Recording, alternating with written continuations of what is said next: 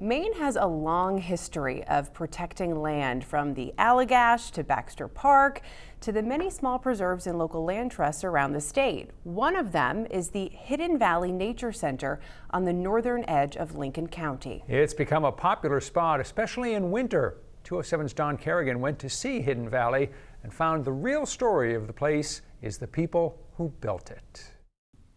On a bright January day, Little Dyer Pond is beautiful and still. It's a shining gem of a pond surrounded by woods in the town of Jefferson. And all along the western shore, for close to a mile, the only way to reach it is on the trails of the Hidden Valley Nature Center. It's not wilderness. It has a wild feel and a remote feel, but there is infrastructure. Hidden Valley is 1,000 acres of woods and ponds made into a public preserve by the vision and work of Bambi Jones and David Moskovitz, better known around here as Tracy. We started with a gazetteer map and our cross-country skis, and we started from our house, and we were in search of Little Dyer Pond. He says they were part of the second wave of Back to the Landers, who came to Maine and Whitefield in 1978 to buy an abandoned farm. Bambi began farming it again and built a business selling produce.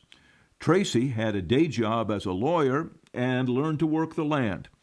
And both of them looked for more. We bought land that was near to us, usually adjacent to us, that we didn't want to see developed. The farm grew to 500 acres, and they cut trails to harvest wood. That led to the day at Little Dyer Pond. We bushwhacked our way out to the pond and fell in love with it. And we went to the town office and found all the large landowners around the pond, and we wrote to them. And over 20 years, we bought 7 parcels. And other parcels too, because the couple had decided they had a mission. Totally. And we both been involved with sort of land trust and land protection since day one. But our activities here were all focused on, buying and protecting land ourselves, essentially. All at that point, all the land we were buying, we were accumulating.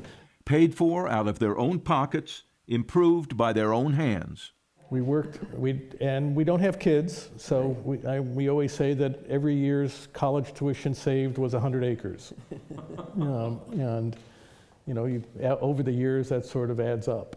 So we've invested in land rather than either children or other things. Over time, they acquired more than 2,000 acres. With the help of friends, the trail system grew. They built shelters and started teaching classes in nature and sustainable forestry, and called this place the Hidden Valley Nature Center. Jones and Moskovitz eventually formed a nonprofit group to help them maintain and manage the Nature Center. And about 6 years ago, thinking of the future, they joined with 4 other land trusts to form the Mid-Coast Conservancy to manage all of it. Andy Bizon is now the Nature Center director.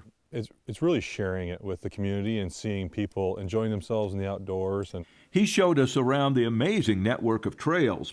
When they have snow, he says, Hidden Valley is a mecca for cross-country skiers. And we really turned into a Nordic ski center with use of the cabins, the campsites, and the groomed trails. How busy does it get? We could have anywhere from 100 to 200 people here in a day on a really good winter weekend. And that's with programs running and the rental programs of people renting skis and bikes and our new kick sleds. He says that activity is key to maintaining Hidden Valley, but they also earn money from education programs and making and selling everything from firewood to benches to timber frames. Bambi and Tracy are still involved, but they also have 1,200 acres of their own land to manage and say that one day, much of it will be added to the Nature Center. I feel like a sense of pride sometimes, and I now tell people that I start this, that we started this place, because it opens them up to more conversation. And usually they do say, "Wow, you did this," which is not what I'm looking for, but the enthusiasm that is generated has been amazing. It is a remarkable legacy of work and vision and determination that protected and nurtured this land and then offered it to others. One of the mottos of this place is just for the fun of it, just for the fun of it. Our original director, that's his motto. So if it's not fun, if the fun to pain in the butt ratio changes, then it's not worth doing. Yeah, I'd say it really has. It's been fun. We don't view it as work. You know, it's been fun. Yeah. It's all been fun. Totally.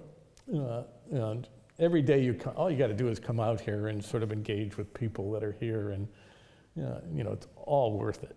Two people who planted their own roots here more than 40 years ago and have made something remarkable grow. Bambi and Tracy say they couldn't afford to give Hidden Valley to the Midcoast Conservancy for free, but they say it was sold at a bargain price, and then the couple used that money to buy and protect more land.